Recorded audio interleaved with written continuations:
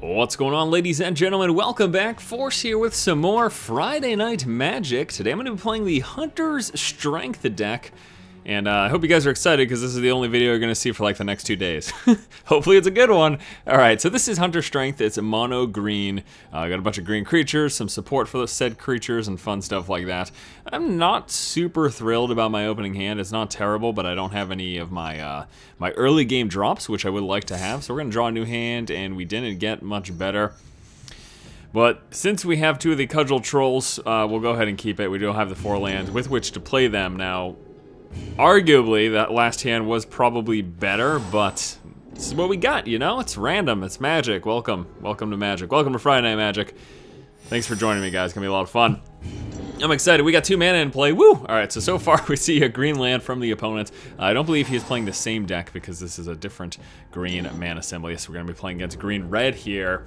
Ooh, so that means we're gonna have to be dealing with some burn and all sorts of fun shenanigans like that. Or no, you know what? Actually, is this a Sliver deck? Is that the Sliver deck? It could be the Sliver deck too. Elephant Guy just drew into this. Alright, so let me show you the cards. We got 2 of the Cudgel Trolls, 4/3, which can be regenerated. We get the Primal Crux. It's star, power toughness equal to the number of green mana symbols that I have in play. There's a Cultivate, so yes, we are playing against the Sliver deck. So this is going to be a lot of fun. This guy's going to be huge. Trample, all sorts of fun stuff like that. I also have the Elephant Guide. Chance a creature, gets +3/+3. When enchanted creature dies, put a 3/3 elephant token into play. Just drew into our Bramble Crush. And for now, let's go ahead and drop down the first Cudgel Troll. 4/3 can be regenerated for 1 green, so if someone, say, does 3 damage to it, in one fashion or another, I can regenerate it so it doesn't die. However, there are things that get rid of it. Exile can get rid of it. There are also creature destruction spells where they can't be regenerated. All sorts of crazy stuff like that. Now, let's see what we're going to be seeing down here. But I'm just completely losing my mind here. I was like, is that the Sliver deck? No, it's not the Sliver deck. We're playing against a 3-color burn, and there's 3 damage. Now, let's see. It's also damage. Yeah, doesn't even matter. It's going to throw down this guy, so 1/1. If it's 5 or more, can't be prevented. Okay. That didn't really come into play in that particular instance, but that's something that just happened. Just doing the Fauna Shaman, allowing us to discard a creature card, search for another creature card, put it into our hand. So if we have a creature we don't like, we can replace it with a creature we do like. And what I'm going to do right now, he's just got this dinky little 1/1 in play. I'm going to throw down the Cudgel Troll. And now this one, at least I'll be able to regenerate if he chooses to try to eliminate it. But again, he could have stuff that can't be regenerated, so who knows? I might lose this one as well. I love my complete misfire as to the deck that I thought I was playing against. I was 100% wrong. I was absolutely incredibly wrong. Alright, so what is he doing here? He's going to play 3/3. Whenever another creature enters the battlefield under your control, that creature gets +2/+0 and gains haste until end of turn. So he's going to go ahead and actually enchant that creature, give him haste. He is not attacking, though, because I block and regenerate, and there you go. Then we say, you are screwed, sir. Okay, so I could throw this thing on my bad boy. But he doesn't have trample, and this does not give trample, so he just chump blocks and whatever. Could also throw it down this dude. Got a Bramble Crush to destroy a non-creature permanent, so I could get rid of his enchantment. That's not really something I'm looking to do.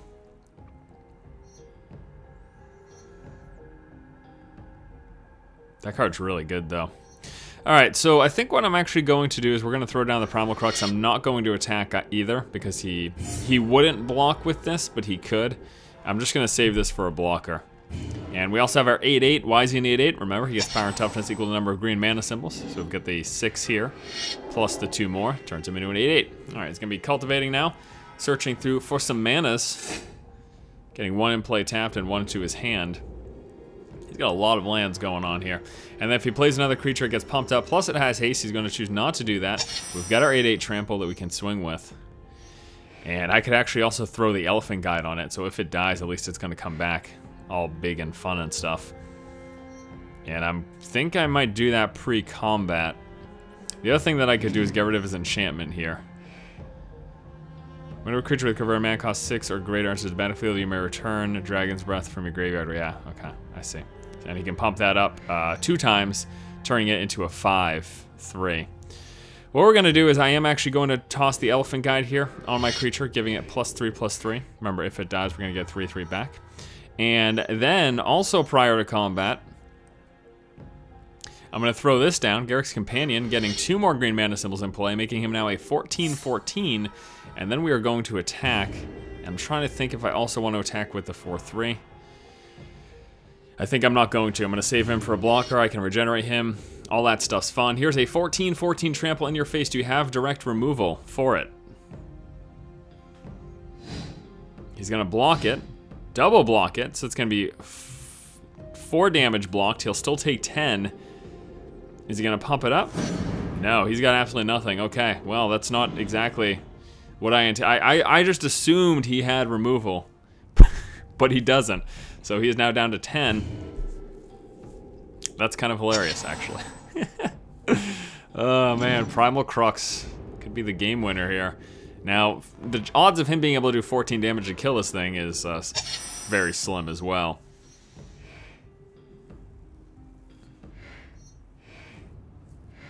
I could destroy one of his lands. I don't really feel like doing that. We could do this down to get some more green mana symbols in play, and I think that's what we will do.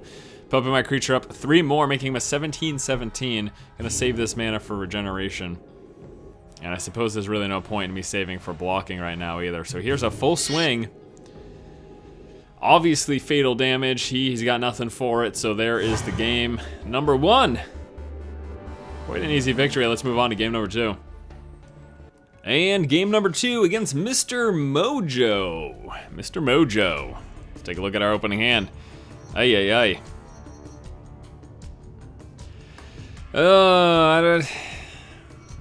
I don't like it. I don't like it. Let's get a new one. Eternal Witness, Troll. Okay, gosh, this is not much better. I don't know what is up. We're not getting any in that first game and here in the second game. I'm not looking at hands that have some strong early plays. We've got Rancors, we've got a few really strong 2-drops, but none of them so far. So we're playing against another deck with some green in it. Luckily we drew into our 4th forest, so we will be able to play the Cudgel Troll once the time comes. Eternal Witness is nothing you just play by itself. You're waiting until you get stuff in your graveyard that you want to fetch back. Could arguably also go for the Bramble Crush pretty early on, which would be nice. And the Primal Crux. Wow, it's going to make a triumphant return. 2 games in a row. Primal Crux will be plopping into play for some scary action. That'll be exciting. We also do have the Overrun, which is just a fantastic card. I'm running 2 of them here in the deck. Giving the creatures +3/+3 in chat. But we're playing the same. No, we're not playing the same. The second deck we're playing against, I do believe now, is the Chantum Moldiah deck. I don't think this the Hunter Strength deck has access to the Glade Heart thingy. So this turn, I think it's pretty obvious. We go with the Cudgel Troll. 4/3 regeneration. Love that Cudgel. Look at that thing.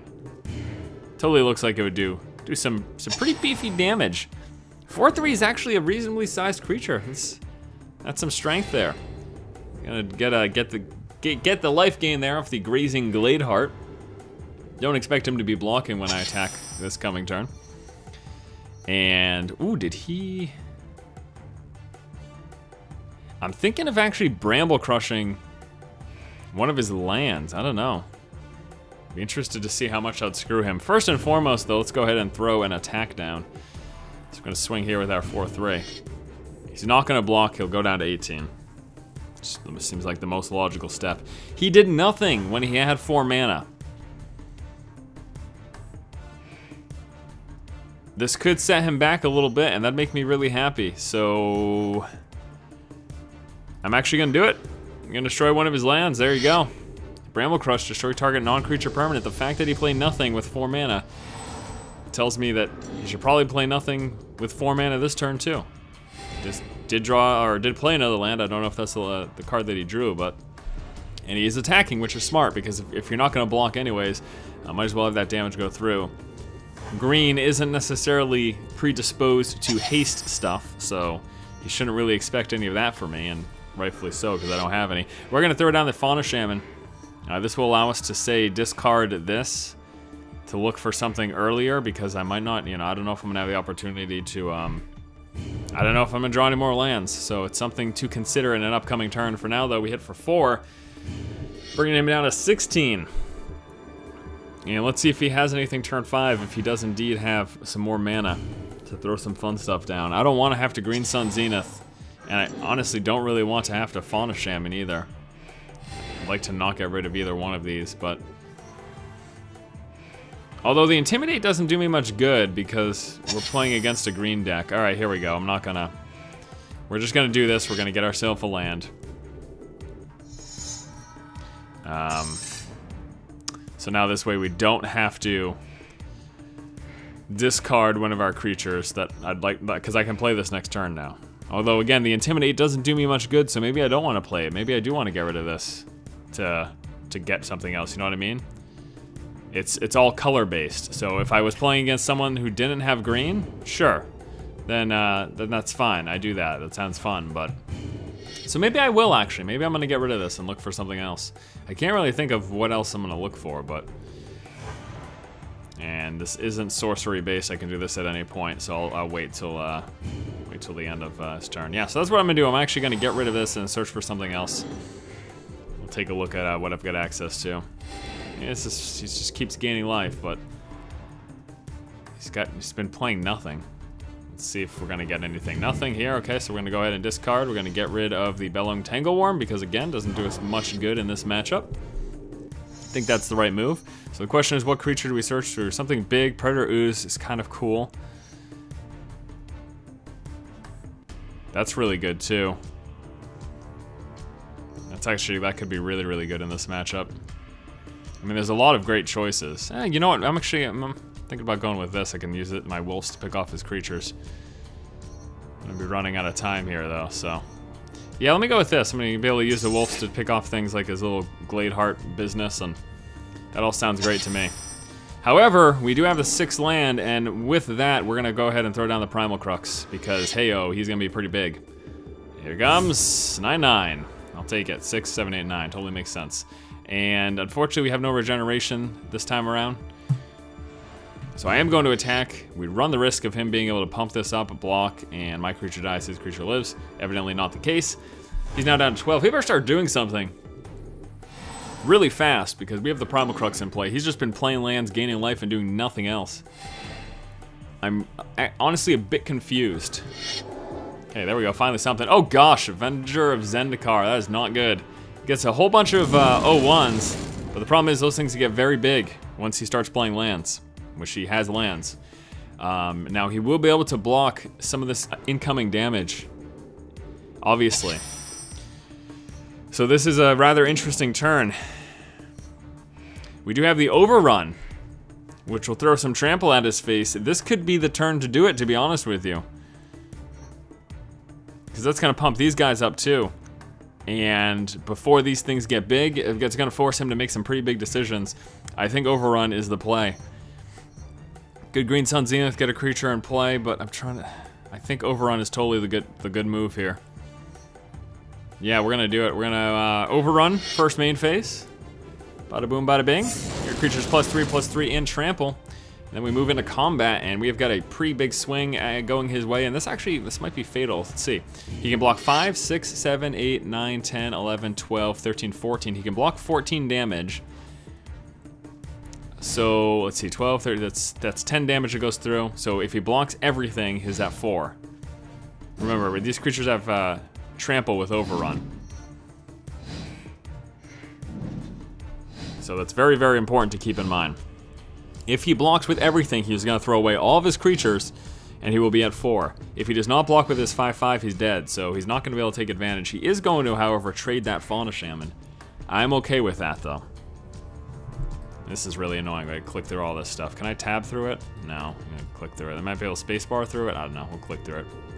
Okay, so all that happens. He's at 2 now. That's... Alright, that was his decision. His decision was to go down to 2. He obviously lost that advantage that he got with the Avenger of Zendikar in play. Again, if he played like 2 lands this turn, he would have had a whole bunch of 2/3s in play, which becomes very scary. It's just a very scary proposition, this card. Alright, so here is, okay, he's gonna get that guy nice and big. However, he is at 4, so he's dead. And knowing that, he decided to leave the game. What a jerk. Alright, so that is the game. Yes, indeedy. And he's tapped out, so we know he can't fog or anything, so we're just gonna go ahead and swing for the victory. Blocks the 8/8 with a 12/12, 4 goes through, that's the game. There you go, game number 2 is a victory. Let's move on to another. Yeah, I'm not gonna lie. That was seemed like a pretty bad version of the Chance of Maldaya deck. That did not seem. Yeah, I don't know about that. I feel like he was running like Eldrazi less Chance of Maldaya. You have the conscriptions in there, but I mean, I could be completely wrong. Honestly, we only saw like 3 cards, so we obviously can't keep this hand because we only have 1 forced. All right, here we go. Some of the early game stuff now. However, only 2 mana, but we're gonna try this because this is like a complete reversal as to the hands that we've been getting in the games we've seen so far. In this game, we've got some nice early game. We've got our 3/2 trample. In the Garruk's Companion, we also have the Colonian Tusker, which is just a straight up 3/3. And depending on what it looks like he's playing, that's going to determine what I'm going for. If I played enough, I could probably tell based on the land type that he has, but I really don't play Duels quite often enough. Frankly, I don't like Duels 2014 that much. I really liked the last iteration. I don't like this version all that much. So if he plays a creature next turn, we could conceivably push through it with a companion.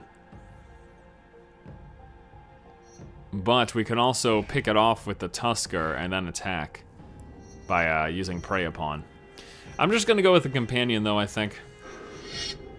I don't know that that's necessarily the best decision, but I'm going to do it in a circumstance where he's got at most a 1-attack creature in play that I can just trample on through, as opposed to having a straight up block. Now again, I could have used the Prey Upon. Okay, so there is me losing a creature if he blocks, which he probably will. So had I played the Tusker, I could have Preyed Upon, which would have killed that and then attacked. Now I'm just going to lose my creature in attacking. So it almost, you know, makes me think, don't do it. But the idea was, the reason I didn't go for that was like, well, do I really want to use a Prey Upon this early in the game? You know what I mean? Yeah.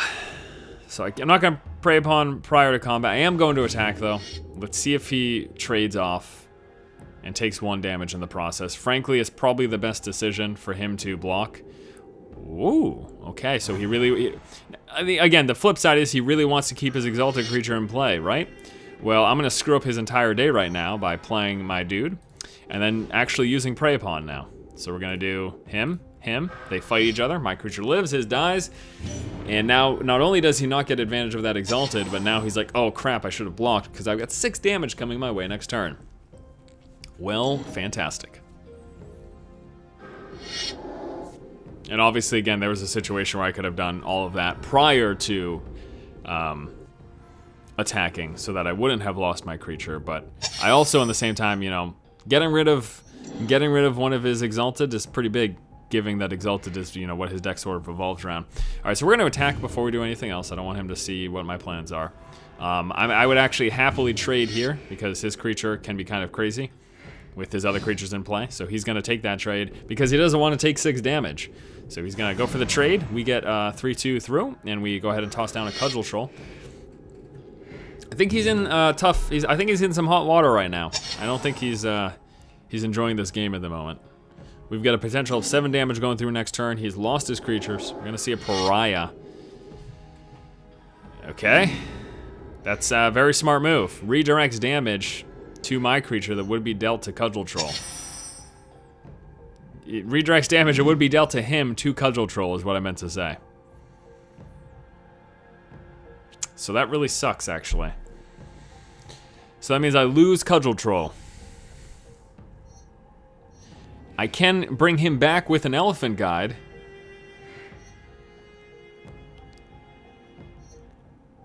That is an option. I could also just Elephant Guide. See, this thing, I'm just gonna lose all the... This really sucks, actually. I'm not really happy about this situation. Obviously, I can have the damage be redirected and then just regenerate my Cudgel Troll, but then I'm never doing any damage to him. So I actually need my creature to die in order for me to progress any further. Alright, so what I will do here, I don't like this situation at all. I could Elephant Guide it so that once it dies from Pariah, it comes back as a 3/3, but I'd rather just Elephant Guide on my guy with Trample. And that's what I'm gonna do. So we're just going to attack with this, because if it doesn't matter how much overkill we attack with, all the damage that's being dealt will go to this thing until Pariah is gone. Now Pariah is gone. And I am going to then throw down an Elfin Guide on this thing. So why didn't I attack with it? Because it wouldn't have made a difference. All that damage that was dealt in that phase was going straight to the Cudgel Troll. And as far as I understand, it's not like spillover damage would have been dealt to him. It's not like, okay, just 3 damage is dealt to him and then the rest goes to the guy. No. Until Pariah leaves play, which it doesn't leave play until my creature was dead, then that's how it works out. So he just played a 3/3. It's got flying. He can put a 1/1 counter on it. And he is going to do that, turning it into a 4/4. However, we have a 6/5 with trample that's swinging at him next turn. That 4 isn't enough to kill it, and he still takes 2. So, pretty happy with that situation. And what we will do, it's really funny, we actually just shoot, if he doesn't block, it's gonna be really funny, because Gloom Widow. He might not block now, though, so he can block in the future and also kill my creature. So he can wait till he pumps it up to a 5/5, or... So that's what he's doing. So he's gonna take the 6 now. He might also have removal. What he doesn't know, though, is that we have a Gloom Widow, which blocks his flying creature if he decides to attack me. If his whole plan was to skip blocking so he could attack. But again, I feel like his whole plan was skip blocking now to block in the future and also kill your companion. And of course, he could also have removal. There it is, the other option. But again, we just threw down the Gloom Widow, so if he tries to attack, we've got the ability to block his flying creature. He's gonna throw down a 3/4 with a lifelink, okay? And then he can pump this guy up one more time. So he kills my creature next turn, and I can't push through to him because the Gloom Widow gets blocked by the 3/4. It's kind of it's a very interesting situation here. So we can Green Sun Zenith for 4. And I'm thinking of doing that pre-combat. I'm not sure what I might have, but there might be something that might help in this situation. Actually, if I do it for 3, then I can get the Prey Upon, and I can use the Prey Upon to have these two fight, and I can kill that. I think I'm gonna do it that way, actually. So here's what we're doing. We're gonna do this for 3. Gonna get a creature in our library with 3 or less. Actually, I didn't even need to, yeah, I don't need to pay the Prey Upon. The Prey Upon comes back automatically. Derp, derp, derp. And what I wanted to do, and what I will continue to do, is we're going to Eternal Witness. And it comes back, right? And then comes back, and then I can play it. So then we grab the Prey Upon. Okay? And then we have 2 creatures fight. Now, the creatures we will be choosing are this guy and that guy. This guy will be left with 2 health. He's gonna die anyways when his dude blocks, so. But now I get rid of his second blocker. I think this is what I would like to do. It is what I'd like to do. So we're gonna go ahead and target my 6/5. We're gonna target his 3/4. They fight each other. Bump, bump, bump. And then we attack, and now I can safely attack with my 3/3. Because he's obviously going to block the 6/2. Unless he has removal for the 6/2. Which it looks like he might. So he's gonna take the 6, bringing him down to 5. I feel like he must, him not blocking this makes me feel like he must have removal for it. Unless his ultimate plan is he can pump his creature up now to a 7/7, and then he can block this without losing his creature. He's not doing that though. He's gonna play this. He can destroy an artifact or enchantment. He's gonna destroy my enchantment here by sacrificing this guy. He should wait till he can block though. So he can also block the 2/1. He's gonna bump that up to a 6/6. Okay, so that's his game plan. So he's down at 5, but I actually can't attack right now. I've been feeling pretty comfortable this game, but all of a sudden things have really switched up. And now, we do have the Primal Crux, which is a huge boon for us. So here comes the Primal Crux, and we are not attacking this phase. Because then I lose creatures, and Primal Crux gets smaller. So we're gonna say, no, go ahead, your turn. I could very well lose this game. There's actually a pretty good chance. If he's got removal for my Primal Crux, I am probably SOL. I've got no cards in hand.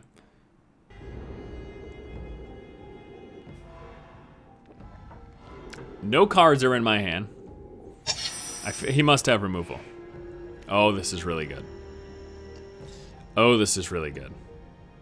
This is an unbelievable card for us. And we're playing it pre-combat because I need Primal Crux to get bigger.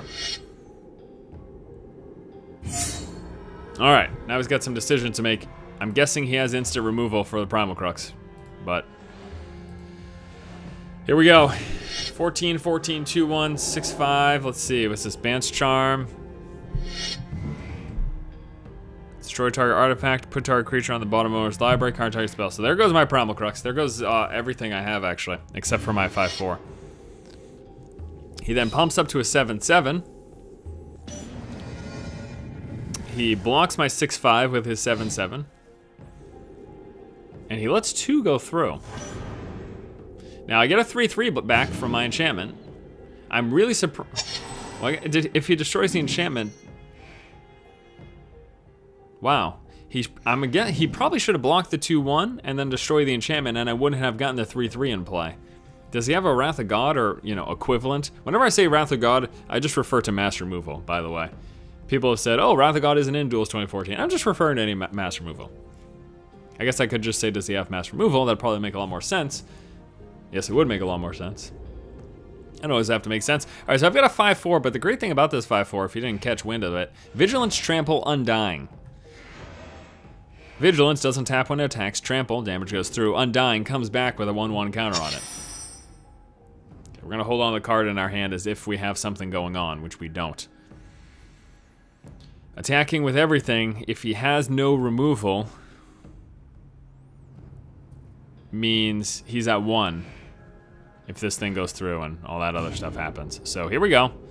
Combat phase. Now the great thing is when this thing dies, he's gonna come back anyways, so unless he exiles it. Restoration Angel. Exile target non-angel creature you control, then return to the battle. Why is he doing this now? What the heck? Oh, he didn't read it, did he? What is he? Oh, he's choosing not to. Okay, he's just doing it for a blocker. All right, I thought he was bouncing something back. I'm like, the hell? All right, so he does that, does that, does that, loses a creature. My 5/4 comes back, I lose my 3/3. Okay, so that was actually a good move. Just for a second, I was like, whoa, wait, what? What are you doing? And now, actually, I have no way to push the damage through. We're in some trouble, to be honest with you. This card, we're gonna lose the game because of this card. I am fairly positive at this point. We just need an amazing top deck or else this game's over. And it's so funny, just like that. Look at how the swing can happen. He can now make his creatures indestructible. Well, hopefully he goes for the quick kill at this point. Because he is in a dominant position right now. Let's see what we got though. Yeah, this is really nice, especially since he lost his enchantment removal. Okay, so here we go. Primeval Bounty. We're gonna switch to his turn and then I'll show you what that's all about. Not attacking with this thing. Just gets blocked and dies. Whenever I cast a creature spell, I get a 3/3 token in play. Whenever I cast a non-creature spell, I can put 3/1/1 counters on target creature I control. Whenever a land enters the battlefield under my control, I gain 3 life. It's a Primeval Bounty. What else is there to say? It's very bountiful. So he's gonna be saving his Mondo creature. He can continuously pump this thing up. It's a guaranteed to block something and me not being able to do anything about it. 100% guaranteed. There's a 3/4 lifelink now. I can't block his flyer, so his flyer just keeps pushing through. He just keeps pumping that up, keeps making it bigger. Green Sun Zenith. We're gonna do it. Do it for 6. Let's see what we can pull here. See if there's anything that could potentially win us the game. Get to put some counters on a creature because we're playing a non-creature spell. So that's the Bountiful Harvest. There's our 9/8 now. All right, indestructible. Attacks, it gets counters. Creatures die, get counters. We can Eternal Witness. I don't know that we have anything. Put a 1/1 counter on each attacking creature. Or land enters the battlefield, I get a 4/4. That could be really good. I don't know how many more lands I have though. Master of the Wild Hunt could be really good. Primal Crux would be pretty big. I don't know if Eternal... Oh my god, are you serious? Why is it so fast?